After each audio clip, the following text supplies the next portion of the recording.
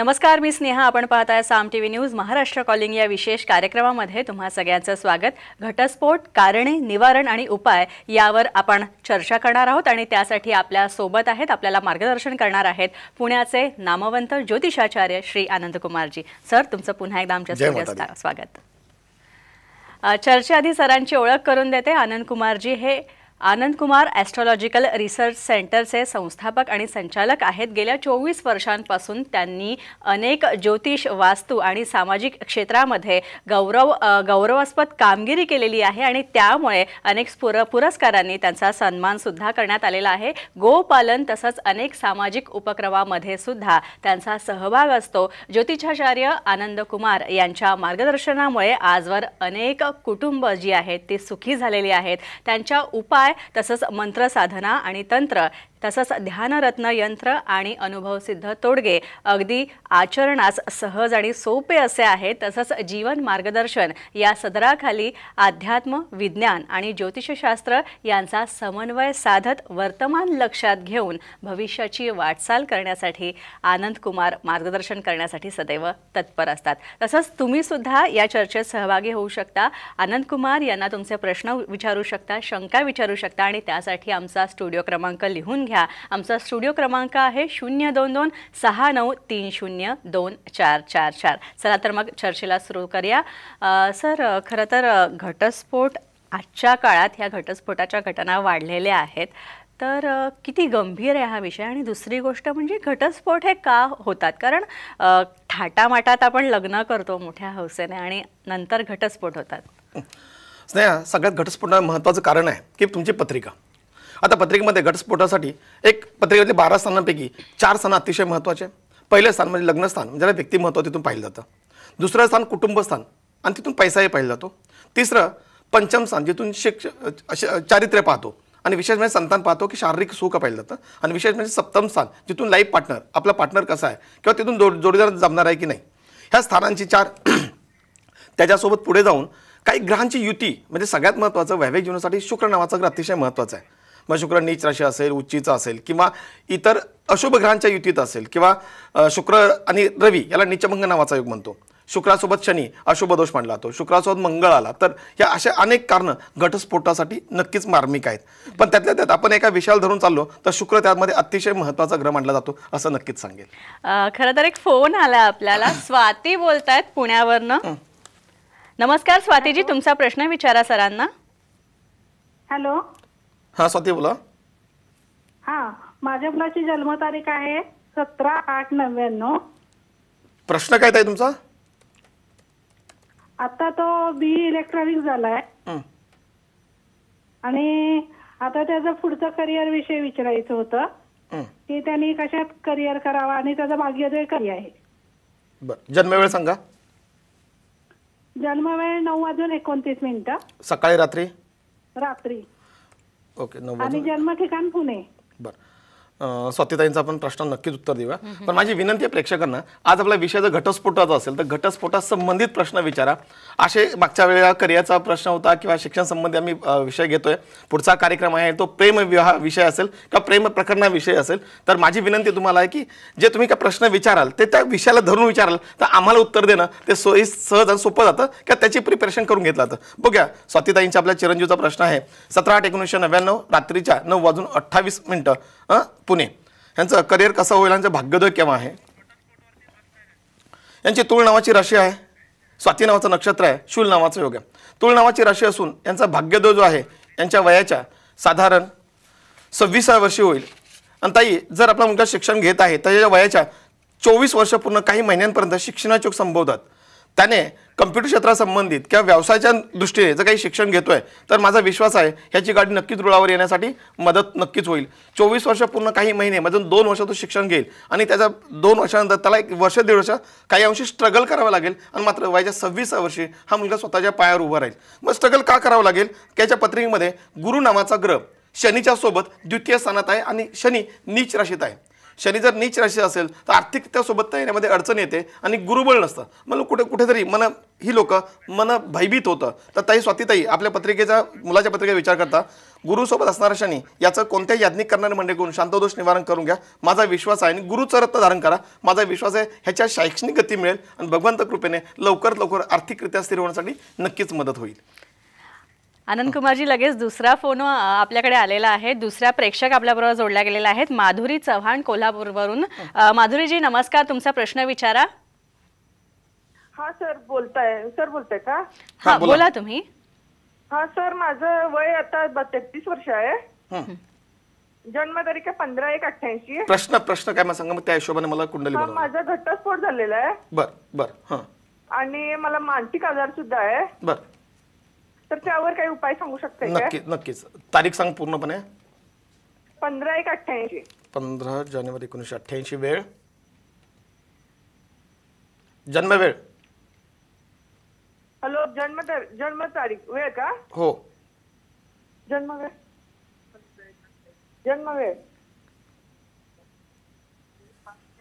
5:50. सकाळी रात्री सकाळच्या रात्री. ह्यांचा प्रश्न घ्यायचा नाही घ्यायचा. माझी विनंती ताई, आपल्या प्रश्न उत्तर देणार नाही. तुम्ही प्रिपरेशन राहणार असाल, तुम्ही जर असाल तर आमचा तर वेळ चाललेला असतो आणि वेळेला महत्व आहे. त्यामुळे माझी विनंती आहे प्रेक्षकांना, आपलं जन्मतारीख, वेळ, ठिकाण पूर्णपणे घेऊन बसा. आम्ही लाईव्ह बोलत आहोत. प्लीज, याच्यामध्ये तुमचा वेळ जातोय, अनेक प्रेक्षक पाहत आहेत आणि तिथे त्यांचा वेळ वेस्ट जातोय. त्या ताईंना मी प्रश्न उत्तर देणार नाही. आपण पुढच्या प्रश्नाकडे गुरुजी, आपण पुढच्या प्रश्नाकडे वळूया. खरं तर घटस्फोट आणि ज्योतिषशास्त्राच्या माध्यमातून काही कारणं आहेत का घटस्फोटाची अशी? नक्कीच कारण आहेत. महत्त्वाचं कारण आहे की तुमच्या पत्रिकेत पंचम स्थान अतिशय महत्त्वाचं स्थान मानलं जातं. इथून संतान सुख पाहिलं जातं, प्रेम पाहिलं तर प्रणय पाहिलं जातं. जसं आता त्या ताईंचा प्रश्न होता की मानसिक स्थिती ढासळण्याची परिस्थिती निर्माण होते, तर लग्नस्थान व्यक्तिमत्वामध्ये जर लग्नस्थानात जर कोणी शनी, मंगळ किंवा कोणताही पापग्रहयुक्त असेल, गुरु राहू चांडाळ योग असेल किंवा रवी आणि चंद्र मृत अवस्था असेल, तर अशा केसमध्ये मनस्थिती ढासळणं किंवा आपल्या मनावर दडपण येणं आणि त्याच्यामुळे वैवाहिक जीवनात मतभेद होतात. ह्याच्यामध्ये सगळ्यात महत्त्वाचं, शुक्र नावाच्या ग्रहासोबत जर तो नीच राशीत असेल तर लग्न ठरून मोडतं किंवा विवाहबाह्य संबंध निर्माण होतात आणि त्याचमुळे आयुष्यात कुठेतरी पोरखेळ होतो. आणि शुक्र याच कारणासाठी शुक्र अतिशय महत्त्वाचं आहे. मग शुक्र बालावस्थेत असेल तरी डिवॉर्स होतो, वैवाहिक जीवनात कुठेतरी पोरखेळ होतो. शुक्र मृत अवस्थेत तरी डिवॉर्स होतो. शुक्र हा कोणी अशुभ ग्रहांच्या युतीत असेल, म्हणजे शुक्र चांगल्या स्थितीत आहे परंतु तो त्याच्यावर दृष्टी अशुभ ग्रहांची पडते, म्हणजे शनी, मंगळ, राहू, केतू, तरी डिवॉर्स होण्यासाठी मार्मिक स्थिती असते. त्याच्या पुढे जाऊन सांगेल की आज आमच्याकडे जे कुटुंब येतात आहे तर 3 गोष्टी अतिशय महत्त्वाच्या जमायला हव्यात. पहिली गोष्ट, त्यांचे विचार जमले पाहिजेत. मग ग्रहमैत्री जमली पाहिजे. ग्रहमैत्री जमेल तर त्यांचे विचार जमतील. ग्रहमैत्रीला गुणसात 5 पैकी किमान 3 जमले पाहिजे, मग 60%. मग तो पती पत्नी समजून घेणारा, काळजी करणारा, प्रेम देणारा, आवडीने जपणारा जर पती पत्नी असतील तर माझा विश्वास आहे घटस्फोटाला जाणारच नाहीये. पण यात कुठे त्रुटी असेल, म्हणजे 2 गुण 5 पैकी 2 पेक्षा अधिक कमी गुण असतील तर मात्र डिवोर्ससाठी जाण्यासाठी परिस्थिती नक्कीच येते. आनंद सर, असं काही असतं का की तुमची जी रास आहे त्याच्याशी मित्र असलेल्या राशीशीच विवाह करावा किंवा समजा जर नाही केला, 2 विरुद्ध राशी असतील तर घटस्फोट होतात, असं काही आहे का? नक्कीच. आता आम्ही ज्यावेळी आमच्याकडे घटस्फोटासाठी येतात अनेकदा सुरुवातीला प्रश्न विचारला की आपण थाटामाटात लग्न करतो, 2 कुटुंब समाज एकत्र येऊन लग्न केले जातात आणि काही काळानंतर कळतं की बाबा रे डिवोर्सपर्यंत, घटस्फोटापर्यंत परिस्थिती गेलेली आहे. तर या केसमध्ये काय घडतं की तुम्हाला ग्रहमैत्री, म्हणजे आपल्या राशीपासून 6वा ग्रह असेल, आपल्या राशीपासून 6वी राशी असेल, याला प्रीती षडाष्टक राशी म्हणली जाते. आपल्या राशीपासून 8वी राशी असेल तर याला मृत्यू षडाष्टक राशी म्हणली जाते. आपल्या राशीपासून 12वी राशी असेल तर ही राशी व्याह्यास्थानातली, कर्जबाजारीपणा किंवा पहिल्या चक्कर 6 महिन्याचं कोर्ट कचेरी करायला लागते. किंवा आपल्या राशीपासून 12वी राशी, आपल्या राशीपासून जर 8वी राशी किंवा नीच राशी असेल किंवा शत्रू राशी असेल तर मात्र इथे हा काहीतरी विदुष्ट येऊन हा घटस्फोटापर्यंत जाण्याचा प्रकार होतो. म्हणजे आपल्या राशीवर 6वी, 8वी आणि 12वी राशी लग्न करू नये. त्याचबरोबर आपल्या पत्रिकेचा विचार करता नीच राशी किंवा शत्रू राशी असेल तरी विवाह करू नये. हे जर केलं नाही तरी अनेकदा डिवोर्स आपला घटस्फोट नक्कीच टळू शकतो. नक्कीच. गुरुजी, तुम्ही मगाशी म्हणालात की ग्रहमैत्री सुद्धा महत्त्वाची असते, तर ग्रहमैत्री किंवा योनी आणि गुरुबळ यांचा संबंध आपल्याला घटस्फोट आणि विवाहाशी कसा सांगता येईल? नक्कीच. आता योनीचा विषय निघाला सांगते. उदाहरणार्थ अनेक आपल्याला पालक येतात आहे, आम्हाला सदन घरातला मुलगी पाहिजे किंवा मुलगा पाहिजे, 5 आकडे पगार घेणारा मुलगा पाहिजे. याच्यापेक्षा म्हणजे फायनान्शियल स्टेबल, पुण्यासारख्या मुंबईसारख्या शहरात घर त्याचं असावं, वाजवी अपेक्षा आहे पालकांची असते, बरोबर आहे. परंतु ती योनीचा दोष म्हटलं, उदाहरणार्थ एखादा मुलगा अश्व नावाच्या योनीचा आहे आणि अश्वयोनीबरोबर मुलगी नाकाडोळे छान आहे, सुंदर आहे, आणि ती सर्प योनीची किंवा उंदीर योनीची निघाली, तर घोड्याचे आणि ते उंदराचं मिलन होणार नाही, आणि मिलन न झाल्यामुळे शारीरिक संतुष्टी होऊ शकणार नाही किंवा बाहेर ख्यालीपणा वाढेल.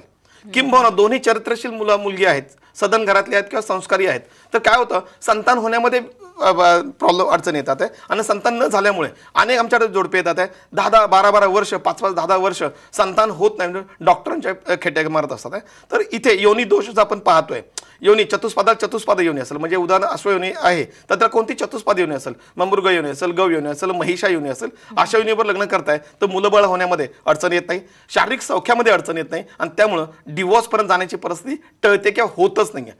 पण चुकून उदाहरणार्थ चतुष्पाद आहे, म्हणजे गौ योनी चतुष्पाद आहे, आणि त्या व्याघ्र नावाची योनी चतुष्पाद आली, तर त्या चतुष्पाद एक दुसऱ्याचे वैर आहे, म्हणून ते वैर होतं, आणि मग कुठेतरी डिवोर्स पर्यंत जाण्यासारखी परिस्थिती येते, किंवा दोघांपैकी एखाद्याचे किंवा दोघांचे पाय घसरतात. आत्तापर्यंत आम्ही घेतलेला अनुभव आहे. त्याच्याबरोबर की उंदीर योनी असेल किंवा उंदीर योनी बरोबर सर्प नावाची योनी असेल, सापाचं उंदरा जमणार नाही, आणि साप आणि उंदराचं न जमल्यामुळे कोणीतरी एखादा गिरणकृत करेल, म्हणजे साप त्या उंदराला खाल्लं तर आयुष्यामध्ये कुठेतरी कमतरता येते, किंवा दोघांना आपल्या आयुष्यात मुकावं लागतं, किंवा मृत्यूतुल्य वेदना होतात. आत्तापर्यंत माझा 24 वर्षातला अनुभव आहे, त्यामुळे योनी हा त्यातला अतिशय महत्त्वाचा विषय नक्कीच आहे. अगदी अगदी. खरं तर गुरुजी आणखी एक मला असं विचारायचं की पापग्रह जो असतो ना लग्न स्थानात, त्याचा कितपत परिणाम होतो? आता पापग्रह कोणता आहे आणि कोणासोबत आहे? उदाहरणार्थ शनी नावाचा ग्रह लग्नस्थानात असेल आणि वृद्ध अवस्थेत असेल, शनी ग्रह हा लग्नस्थान वृद्ध अवस्था असेल तर शनी काय करतो, प्रत्येक गोष्ट विलंबाने देतो, उशिरा देतो. म्हणजे आम्ही अनेकदा पाहिलं तर एखाद्या मुलाच्या किंवा मुलीच्या पत्रिकेमध्ये शुक्र नावाचा ग्रह हा वृद्ध अवस्थेत असेल तर किमान 30 नंतर विवाह होतो. किंबहुना शनी नावाचा ग्रह जर लग्नस्थानात असेल तर ह्यांना विलंब, म्हणजे अर्ध्या वयाच्या नंतर 35 नंतर 30 नंतर यांचा विवाह होतो. तर पापग्रह कोणता आहे तोही महत्वाचा. राहू असेल तर यांच्या मर्जीने लग्न होतं, अति लवकर लग्न होतं. राहू लग्नस्थानात तर अगदी मी पाहतो 18व्या 24व्या वर्षी हे कुठेतरी लग्न करण्यात तयार होतात, लग्न करतात किंवा मर्जीने लग्न करतात, आई वडिलांना त्या आरी घालून लग्न करून घेतात आहे, आणि काही काळानंतर डिवोर्स होतो.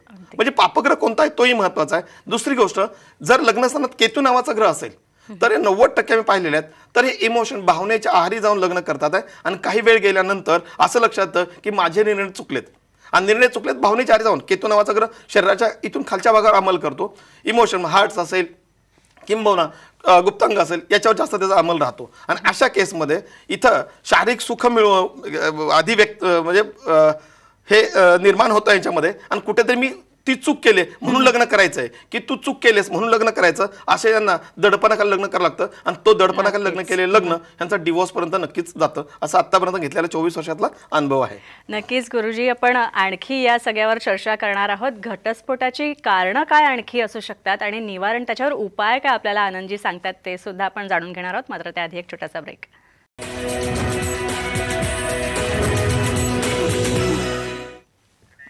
ब्रेकनंतर महाराष्ट्र कॉलिंगमध्ये पुन्हा एकदा आपलं स्वागत. आपल्यासोबत आहेत ज्योतिषाचार्य आनंद कुमारजी, आणि घटस्फोट कारणे निवारण यावर आपण चर्चा करतोय. आनंदजी, खरं तर घटस्फोटाची कारणं आपण पाहतो किंवा या सगळ्याचं निवारण जेव्हा आपण पाहतो तेव्हा गुरुबळ किती महत्त्वाचं असतं?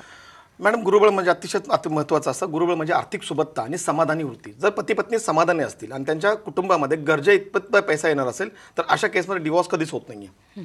मग 10तला 1 डिवोर्स होतो गुरुबळ कमी असल्यामुळे, 10तले 4 डिवोर्स होतात योनी दोष असल्यामुळे, आणि 10तला 1 डिवोर्स होतो विचार न जमल्यामुळे, ग्रहमैत्रिणी जमल्यामुळे, आणि मग अन्य त्रुटी येतात आहे. तर 2च डिवोर्स असे होतात की पत्रिकेतल्या स्थानांच्या विषयी, जर सुरुवातीला मी सांगितलं की पत्रिकेतलं स्थान, तर गुरुबळ ह्यातला विषय अतिशय महत्त्व. गुरुबळ समाधान वृत्ती.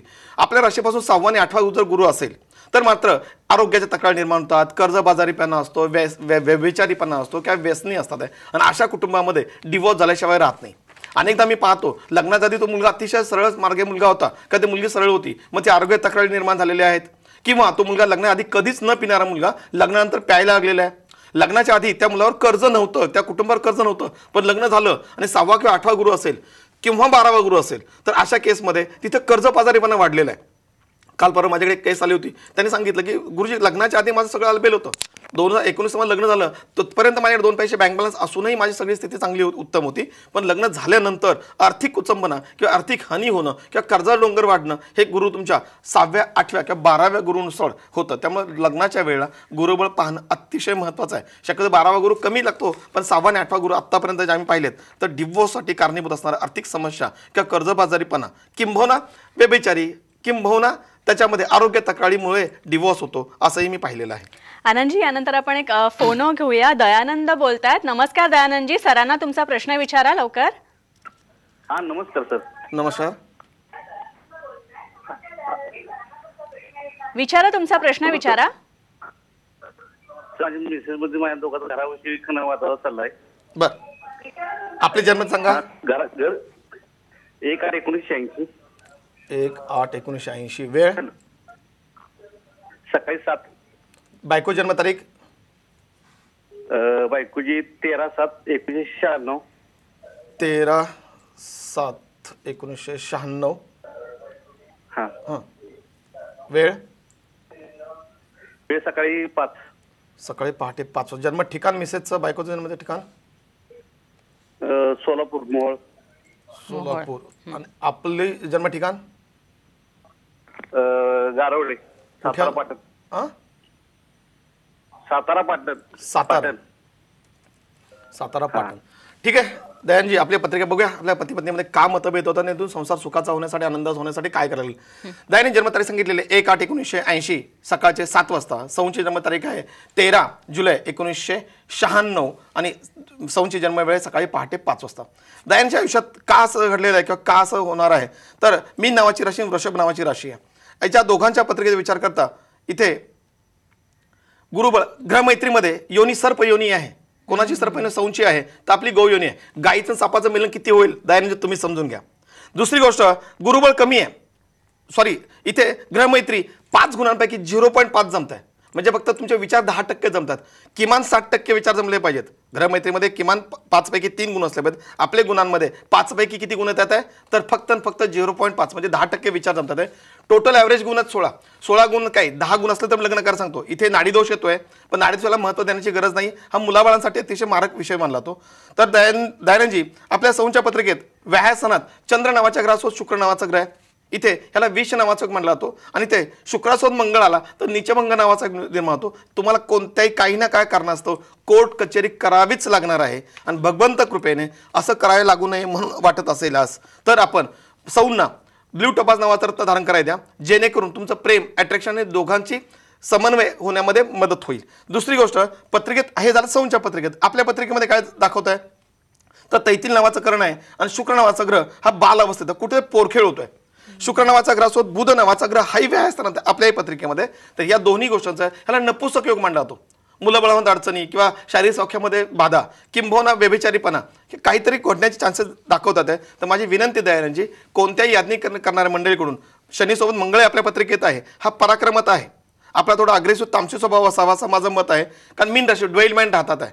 आपला चंद्र भाग्यस्थानात आहे आणि भाग्यात कुठेतरी चिन्ह विचिन्ह होण्याचे चान्सेस जास्तच दाखवतात. त्यामुळे सविस्तर मार्गदर्शनासाठी पुणे किंवा मुंबईला भेटाल तर नक्की पुढचं मार्गदर्शन केलं जाईल. आणि विशेष म्हणजे ह्या दोषांचं निवारण करा. माझा विश्वास आहे काही अंशी का होईना आपल्याला रिलीफ मिळेल किंवा समंजसपणाने बाहेर वेगळे व्हाल असं नक्कीच सांगेल. आनंदजी, आता आपण खरं तर कारण काय असू शकतात जन्मदोष पत्रिकेतले काही दोष ह्याच्याबद्दल तर आपण चर्चा केली. आता आपण निवारणाकडे जाऊया किंवा उपायांकडे जाऊया. तर हात जोडी किंवा मनोमिलन यंत्र या सगळ्याचा काय रोल असतो. स्नेहा नक्कीच चांगला प्रश्न. आणि हाताजोडी ज्या घरामध्ये वाद कलह होत असेल हाताजोडी नावाची वनस्पती जर सिद्ध करून आपल्या घरात तिजोरी कपाटा ठेवत आहे आणि पती पत्नी मनोभावी त्याची पूजा करताय आणि त्या घरामध्ये जर ज्या घरामध्ये हाताजोडी आहे तर आदरतिथ्याने प्रेमाने स्नेहाने आणि एकोप्याने राहण्यासाठी मदत होते. राहिली गोष्ट मनोमिलन नावाचं यंत्र आहे. हे 2 कुटुंबातल्या प्रत्येक व्यक्तीच्या घरात असावं. मन मिळाले पाहिजेत. आज सगळ्यांची डोकी एक तर मोबाईलमध्ये किंवा लॅपटॉपमध्ये किंवा टीव्हीवर गुंतले. टीव्हीवर तर कमीच राहिलेत लोक, पण मोबाईलमध्ये त्यांची डोकी गुंतलेले आहेत. तर जे मन दुसरा विचारणा कमी होते. तर आमची विनंती आहे की मनोमिलन नावाचं यंत्र फार महागडं नाही. हे यंत्र प्रत्येक कुटुंबामध्ये जर असेल तर माझा विश्वास आहे ह्या 2 मन घरातले 4 सदस्यांची मन किलोषित होण्यापेक्षा, कटू होण्यापेक्षा ते आनंदाने राहतील, आपल्या एकोपण राहतील. त्याचबरोबर जसं यशवंतला सांगितलं की ब्ल्यू टपास नावाचं रत्न अट्रॅक्शन, वासना किंवा आपल्याकडे ओढला गेली पाहिजे. ज्या आपला नवरा किंवा बायको जो आपला तिरस्कार करतोय त्या व्यक्तीच्या अपोजिट व्यक्तीला जर आपण ब्ल्यू टोपाज नावाचं रत्न देतोय किंवा तुम्ही झिरकान नावाचं रत्न तुम्ही देताय, व्हाईट झिरकान, तर त्यामध्ये अट्रॅक्शन, प्रेम वाढतं. त्यामुळे असे साधे अल्प किमतीत मिळणार रत्न आहेत, फार महागडे नाहीत. जसं माणिक, पाचू, हिरे वगैरे महागडे रत्न असतात आहे, तर हे अल्प किमतीत मिळणार रत्न आहेत. हे जर तुम्ही रत्न धारण करता तर माझा विश्वास आहे तुमच्या आयुष्यात त्याचा नक्कीच उत्तरोत्तर प्रगती राहते. आणि आपली मनं जुळण्यासाठी मनोमयंत्र असेल, हाताजोड असेल, इंद्रजाल असेल, मायाजाल असेल, किंबहुना असे धार्मिक शास्त्रामध्ये ह्याला मान्यता आहे, असे जर तुम्ही यंत्रांची अनुष्ठानं करताय आणि त्याची वारंवार नित्याने पूजा अर्चा करताय तर माझा विश्वास आहे तुमच्या आयुष्यात गतिमान झाल्याशिवाय नक्कीच राहणार नाही. नक्कीच आनंदजी, खरं तर तुमच्या यूट्यूब चॅनलच्या माध्यमातून तर तुम्ही नेहमी मार्गदर्शन करत असताच, मात्र आता खरं तर जाता जाता आपल्या शोमध्ये घटस्फोट टाळण्यासाठी काय दक्षता घ्यावी याबद्दल थोडंसं सांगा. नक्कीच. आपल्या जे प्रेक्षक पाहत आहेत त्यांना या शोच्या माध्यमातून सांगेल की घटस्फोट टाळण्यासाठी किमान 3 गोष्टी पाहाव्या. म्हणजे ग्रहमैत्री, विचार जमतात की नाही, 5 गुणांपैकी किमान 3 असले पाहिजेत, योनी शारीरिकदृष्ट्या एकनिष्ठ राहील का, वंशोल वाढेल का, त्याचबरोबर त्यामध्ये दोघांमध्ये कधी शारीरिक सुखासाठी व्यभिचारीपणा तर वाढणार नाही ना, चारित्र्यहीनता होणार नाही ना, आणि सगळ्यात महत्त्वाचं गुरुबळ म्हणजे आर्थिक सुबत्ता तर आहे ना, आणि आर्थिक सुबत्ता नसेल तर गुरुबळ नसेल तर लग्न करू नये. ह्या 3 गोष्टी प्रामुख्याने पाहाव्या. अनेकदा स्नेह काय होतं, पत्रिका पाहून लग्न केलं जातं, 36 पैकी 30 गुण जमूनही डिवॉर्स होतो. याचं कारण आपल्या पत्रिकेत घात नक्षत्र असतात. हे घात नक्षत्र, घातकरण आणि घात वार हे जर असतील तर ते टाळाल तुम्ही. तर माझं मत आहे तर तुमच्या आयुष्यामध्ये तुमची फसवणूक होणार नाही, दिशाभूल होणार नाही. किमान एवढ्या गोष्टी पाहाव्या तरच तुमच्या आयुष्यामध्ये घटस्फोटासारखा विषय तुमच्या आयुष्यात येणार नाही किंवा विभक्त होण्याची वेळ तुमच्यावर येणार नाही, एवढं नक्कीच सांगेल. नक्कीच आनंदजी, आता खरं तर आपली वेळ संपलेली आहे कार्यक्रमाची, मात्र 19 डिसेंबरला आपण परत भेटणार आहोत आनंदजींबरोबर आणि त्यावेळी प्रेमविवाह याविषयी आपण चर्चा करणार आहोत आणि नक्कीच त्यावेळी चर्चा सुद्धा अशीच रंगेल. तेव्हा पाहत राहा आमचा हा कार्यक्रम. यानंतर आपण इथेच थांबतोय. नमस्कार.